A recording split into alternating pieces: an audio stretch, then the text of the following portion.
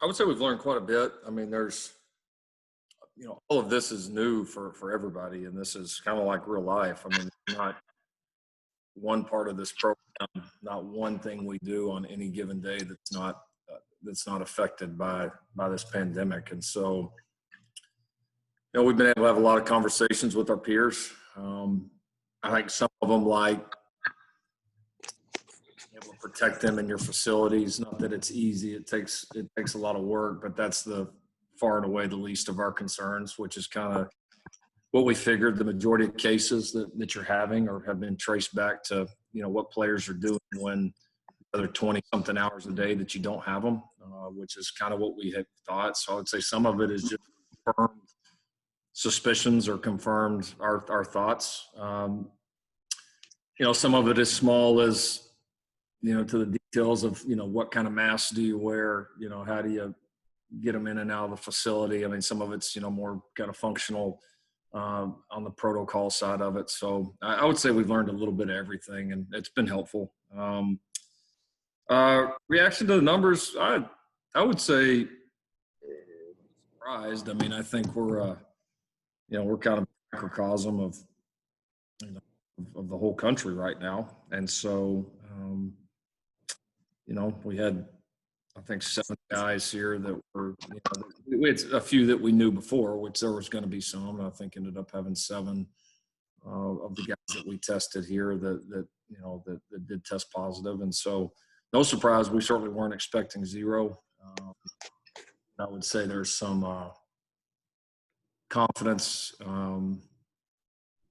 don't know if comfort's the right word in this situation, but I feel good about our plan and glad that we were able to vet from a lot of different people before we got those guys here. Okay, we're going to go to Eric Bailey and then John Hoover. Eric? Lincoln, appreciate your time today. I'm going to switch gears just a little bit. I wanted to ask you about, just in terms of name, likeness, and image, how much has recruiting conversations turned toward that area? Upcoming recruiting cycles will benefit the most from that. And how do you feel about recruits possibly planning for developing their brand before they even step on campus? Well, I think a lot of that's already happening. You see with with recruits' social media followings, things that they do, videos, pictures, interviews. I mean, I think that's started to progress in the last several years and probably will continue even more. Yeah, it's definitely going to have an impact. I mean, I don't know that we all can even understand the scope of how big a change that is, from the financial literacy. There's so many levels to it, man. I mean, it's almost a little overwhelming, honestly, when you start to think about it. But I see it as a positive thing. Good thing for our program. Some of the things, for example, everybody's seen some of the things we've done on signing day the last few years, and it's been we've been one of the most viewed, most talked about kind of signing day presentations of any program in the country. And that's one of the advantages that you get at in Oklahoma is an opportunity to do it on the big stage, and a chance that if you come here, you do it right on the field, you do it right off the field, you do have a chance to build a brand for yourself. Now, in the past, that's really only benefited players, once they're playing. The only thing is now it's going to start, benefiting some players even earlier. Thanks, Lincoln. Welcome. Okay, John Hoover, followed by Jason Kersey. John? Yeah, thanks, Mike, and thank you, Lincoln, for your time. It's July 3rd, Lincoln. What's your level of confidence right now that you guys are actually going to be playing on September 5th, that Tennessee is definitely coming to Norman, that you'll be traveling to Army, and there won't be any interruptions to the Big 12 schedule? How confident right now are you in any of that? Oh, I still think we have a really good chance of it. Now, I mean, there's no 100% right now. I mean, things are changing so quickly. I mean, if you'd asked everybody 3 weeks, a month ago, everybody probably would have said 100%.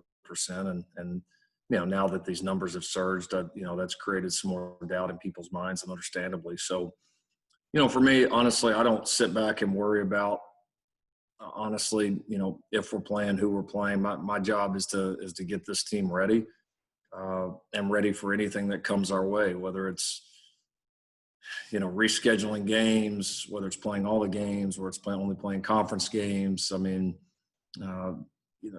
this season is going to be unlike any other. And so we've got to prepare our team that way. So in some ways the preparation of your team is different, but I don't know that, for us right now, it's not a sit around in the staff room with our mask on and debate, are we going to play this game? Are we going to play that game like that?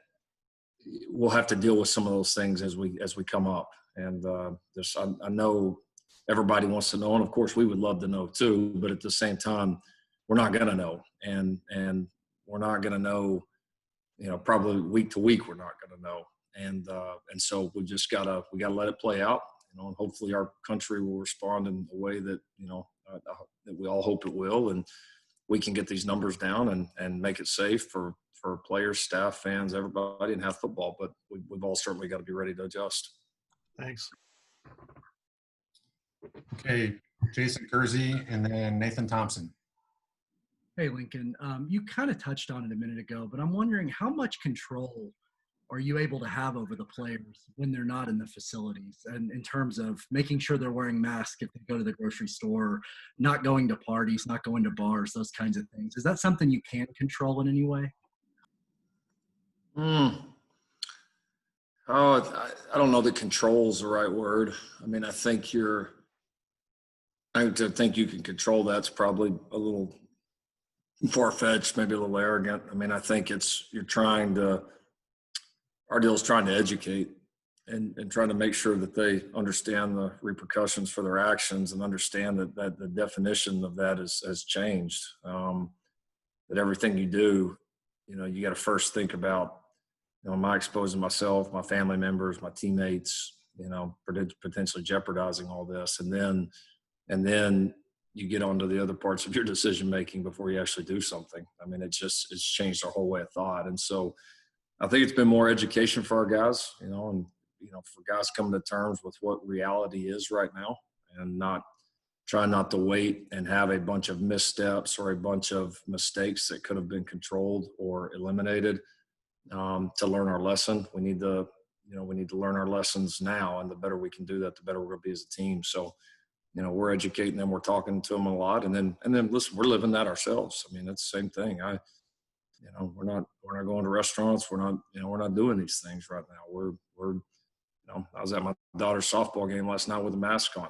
I mean, that's just, part of it for us is educating. Part of it is also as coaches that we're living it and providing the right example. Okay, Nathan Thompson and then Jenny Carlson.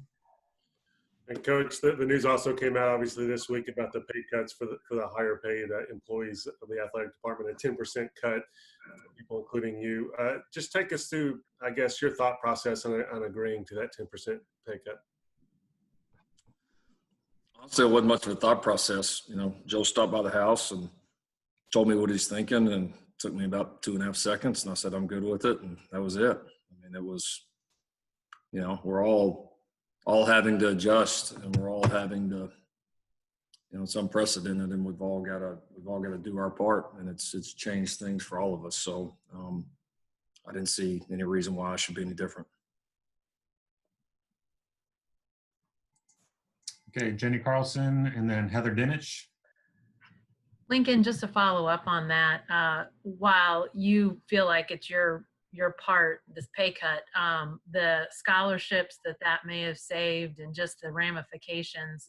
I mean, football is such a big driver financially on campus anyway. The importance of that for you is that, I mean, you can't know what those dollars might mean, but when you think about that, what sort of crosses your mind? I don't know. I don't see it. I mean, I don't see it as much different than my day-to-day job. I mean, my day-to-day job is to, oversee and run a program that's very important to the school and very important to the state, and always has been and always will be. And I understand the responsibilities that come with that. And so, in normal years, that's get involved with making this program as successful as we can for a number of reasons. And one of them is certainly the impact that it does have, and both from a just an emotional and a pride standpoint, and obviously from a financial standpoint as well. I mean, you know, you can talk about all the money that this football program brings in, but you cannot put a dollar amount on the amount of exposure, the advertising, the kind of branding work that does for this university, for Norman, and for the state. I mean, it'd be impossible to put a dollar amount on it. So I know it's important, and I don't know. I guess it's just me.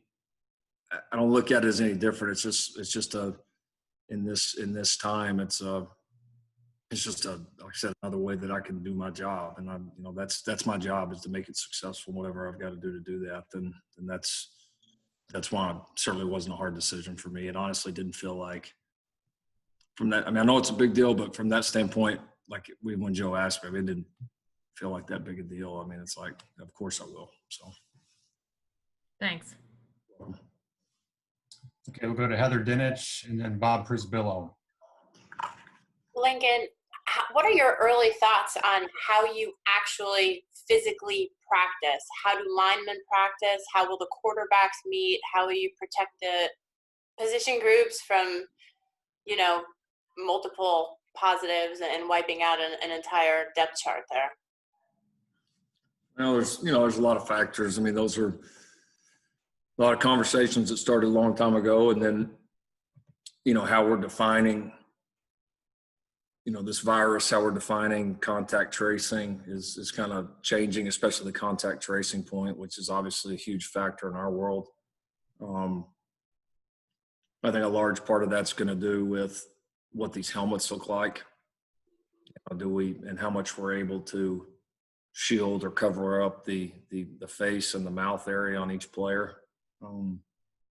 It's just like the general public. When you have research is telling us right now, when you have a mask on, your margin of safety is I'm not saying anything's 100%, but I mean, your margin of safety is in a pretty good place. And, our players are really no different there. So I think that'll be the first one. And then, some of that is going to be the strategy this year, of how much do you do that versus how much do you keep them separate. And that's I can almost see that playing into being just as or more important of what scheme you run, or, what play you call, or what player that you play. I mean, it's going to be, everybody's going to do it differently, and everybody's going to have different thoughts, and it's going to have impacts on obviously games and seasons. So that's it's just going to be like a whole nother addition to the strategy side of the game. So it'd be kind of fun, honestly, kind of fun to see how that unfolds and all the different creative things that come out of this, not only in how you play, but in how you practice.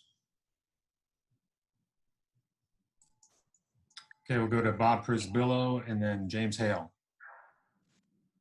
Yeah, Lincoln, you guys released the first round of testing Wednesday. What's the protocol in terms of like the second round? Is it at random? Is it going to be in phases? Is it just players that show symptoms? Can you sort of give us a detailed account of how that's going to go down?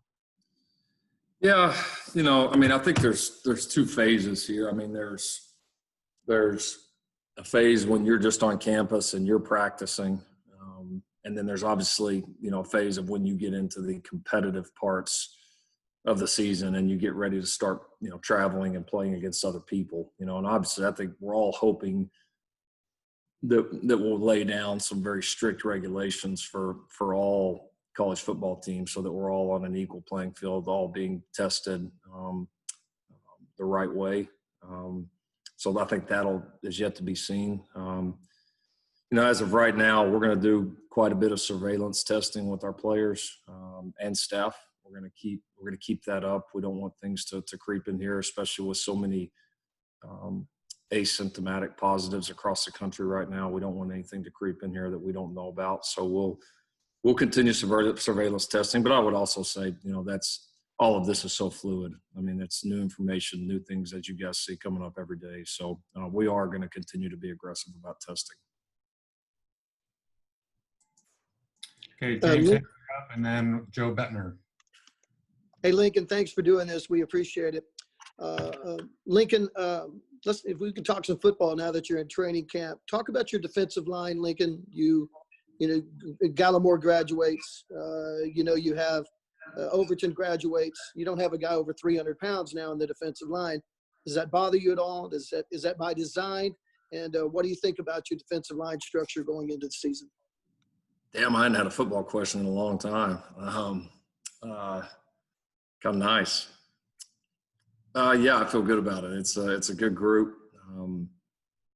I'm obviously excited about a lot of the newcomers. It was a huge priority in this recruiting class, both this recruiting class, the previous one, and developing even some of the guys that were, maybe got limited reps or a little bit behind the scenes last year because, we obviously knew that, Neville, Q, Dylan Famatal, Kenny Mann. I mean, we knew we were getting ready to lose, a handful of those guys. And so, the development of guys, like Jordan Kelly, Isaiah Thomas and those guys that have really, I think, got some real promise. Zach McKinney's had a really nice offseason, is very key. And then obviously, we signed a couple of junior college players with Perrion and Josh, and we were very excited of what we saw of those guys this spring before we had to shut down. Very, very promising. And then several young guys, a couple of them that are here right now, or a couple that were here before, and several that have gotten here right now with, Arinze and Grimes. And I mean, it's a pretty nice looking group, so we're excited to see them go. Marcus Hicks, it'll be another one I throw in there. Corey Roberson, some guys that were behind the scenes that bodies and all that have really changed. So, I think the potential top end and the athleticism of that group, I think has improved. We've got some youth and some unproven guys, and that's one of those areas that we're going to need them to step up. But, when you return some edge guys like we do, when you return a LaRon Stokes and a Jalen Redmond, some of those guys inside, I mean, you've got some really nice pieces and guys that have, made some plays around here and been in some big ball games and that'll help this young group along. And then I'm also excited to see, just from a coaching perspective, I'm really excited about kind of the tandem of Calvin and Jamar, those guys working together. They've I think that's got a chance to be a really, really good, 1-2 punch.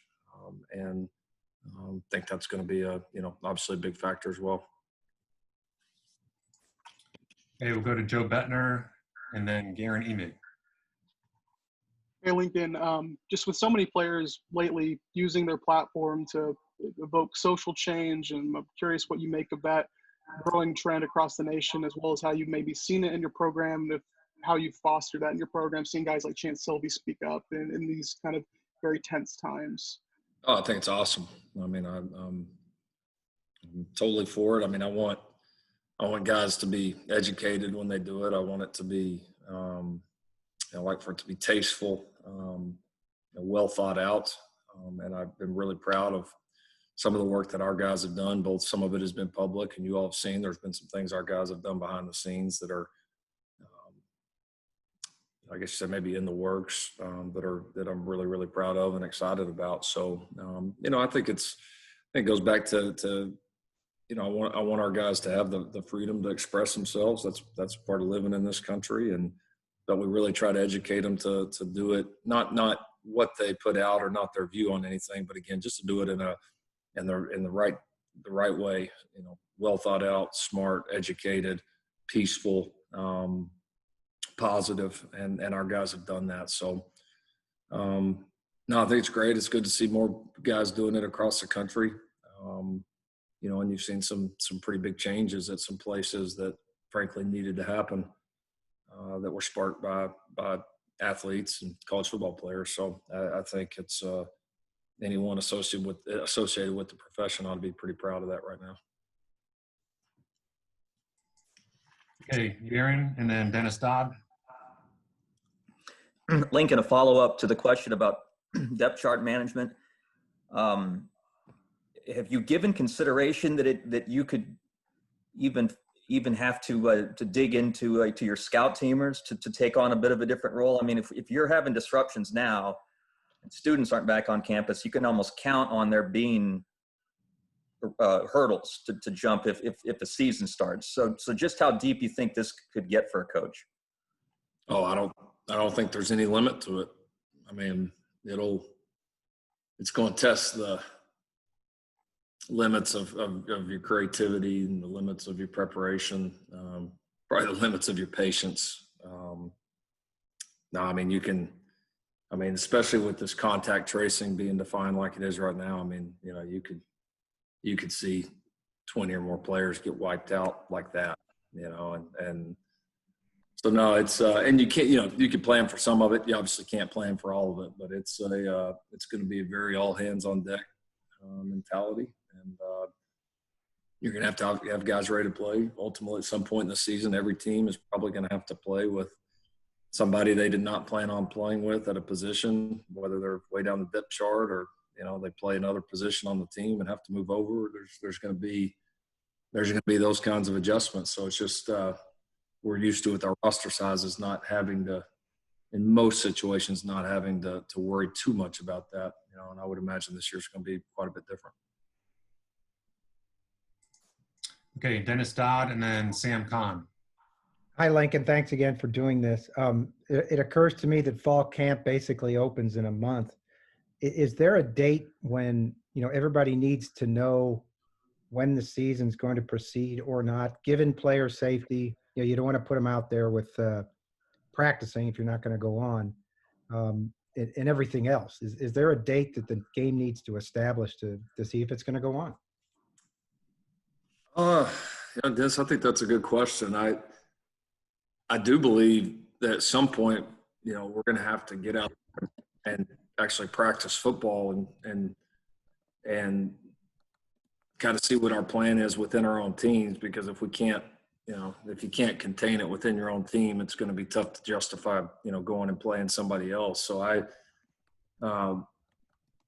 think we're going to have to try it first. And I mean, when I say try, we're not just obviously just throwing them out there and hoping. I mean, it'll be, very, very well planned out and with every precaution that we possibly can. But in some level, we've got to go try it and I think get a feel. So I think as we open camps and as people start to practice, have guys kind of in close quarters, when you do practice, which again, you'll try to limit as much as you can, but at some point you do have to practice football, and it's tough to do that without two people being close to one another. So I think once that happens and how we're able to contain the virus, keep guys on the field, keep guys safe, keep guys healthy, that'll probably go a long way in determining, what that looks like. So I don't know, to me, it's almost kind of like a build up, a step-by-step process. And it's hard to go to the next step until you've done the one right before. And we're not used to obviously having to deal with that, but I would think we would want to take our time and see how it plays out.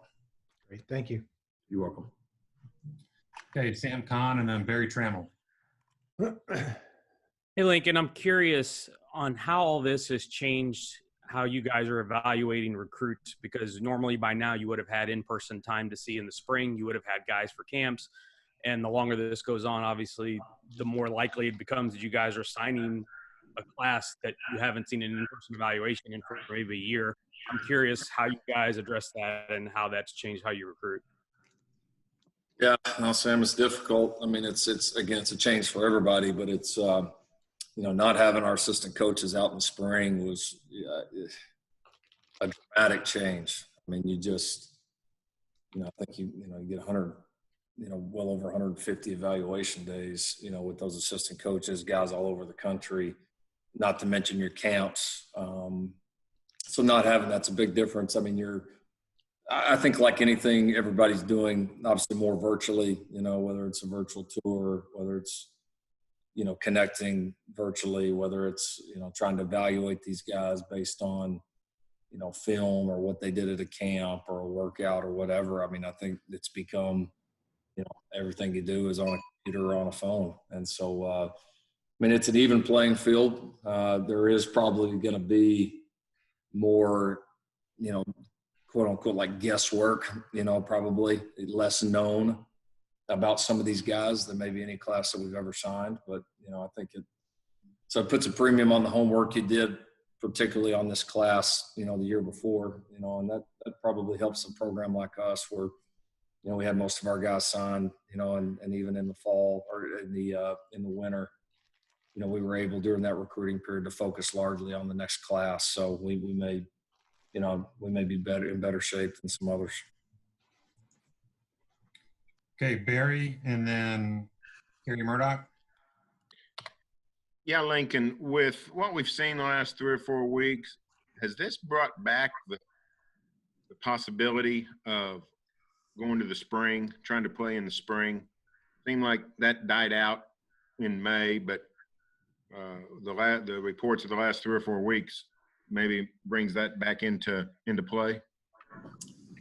Yeah, I mean, everybody's got a different opinion on this. I personally think so. And I know it died out from a national scene, but I mean, I think our leadership among conferences and ADs have still been continuing to work on all kinds of different models for the season because it is so unpredictable. And I know the spring has continued to be one of those models that they've worked on. So,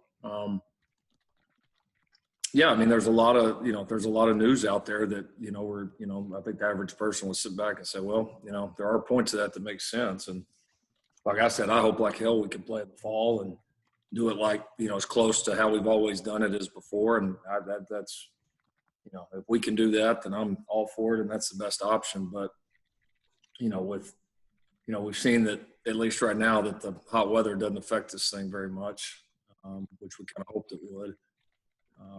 We've heard reports from some of our nation's medical leaders that there's, and again, these are all potential things, but there's, potential chance for vaccine by the end of this year, possibly early next year. I mean, there's some positive things, some of the treatments they're starting to develop that could happen that obviously would have an impact on players, staff, fans, everybody, and so then it to me just becomes, do you think it's doable? And I personally do. I'm there's differing opinions on that. I don't believe you could play a full season. It'd probably be a conference season, postseason only, but, we've seen often teams go in and play well into January in the college football playoff and then start spring practice at some point in February and nobody says a word about it. So I do believe you got to adjust your schedule in the season. You'd have to adjust your schedule to give players, plenty of time off to get their bodies back, all of that during, summer, maybe even have a little bit later start date the next fall.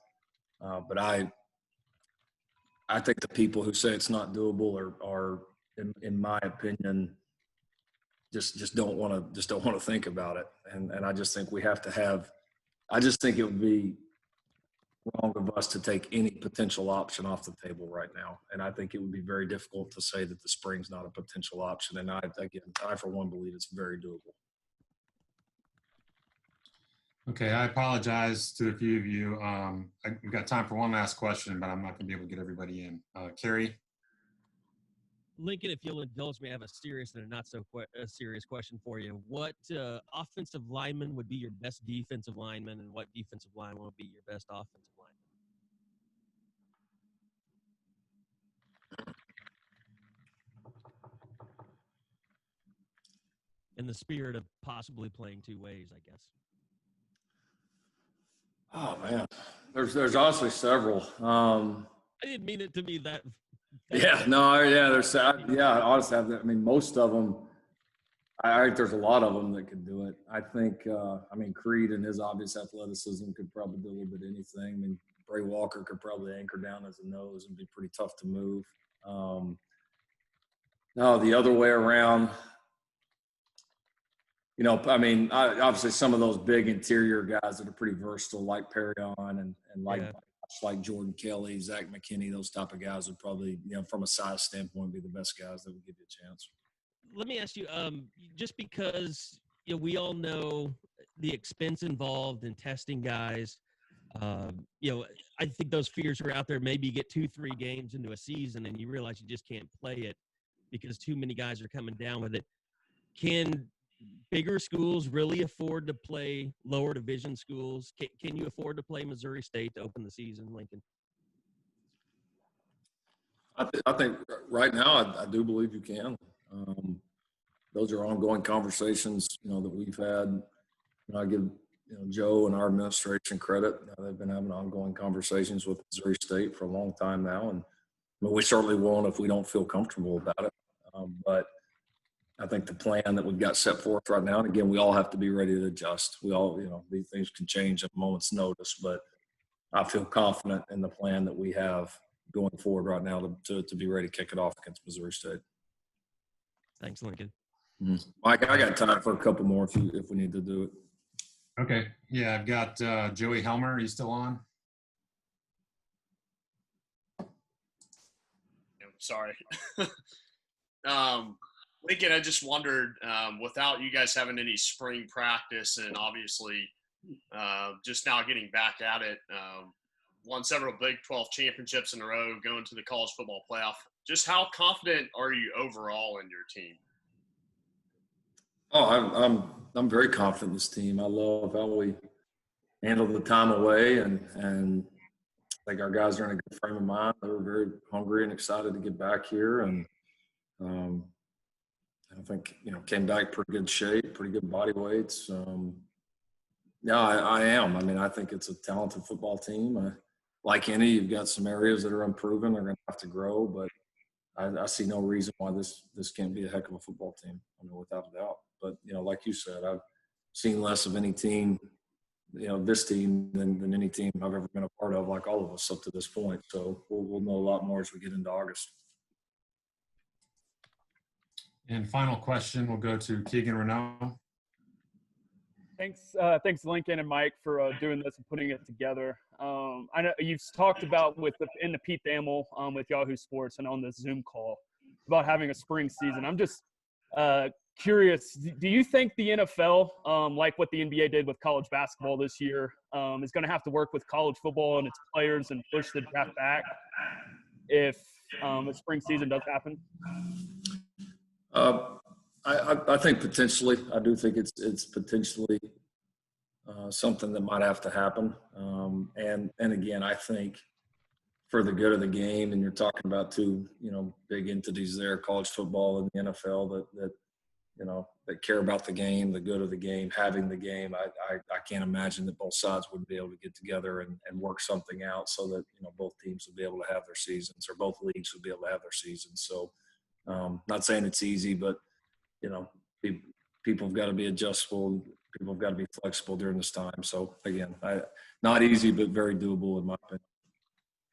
Thanks, Lincoln. All right. Thank you, Coach. Thank you, everybody. Thank you. That's all the time we have. Hope everyone has a fun and safe 4th of July. We'll talk to you soon.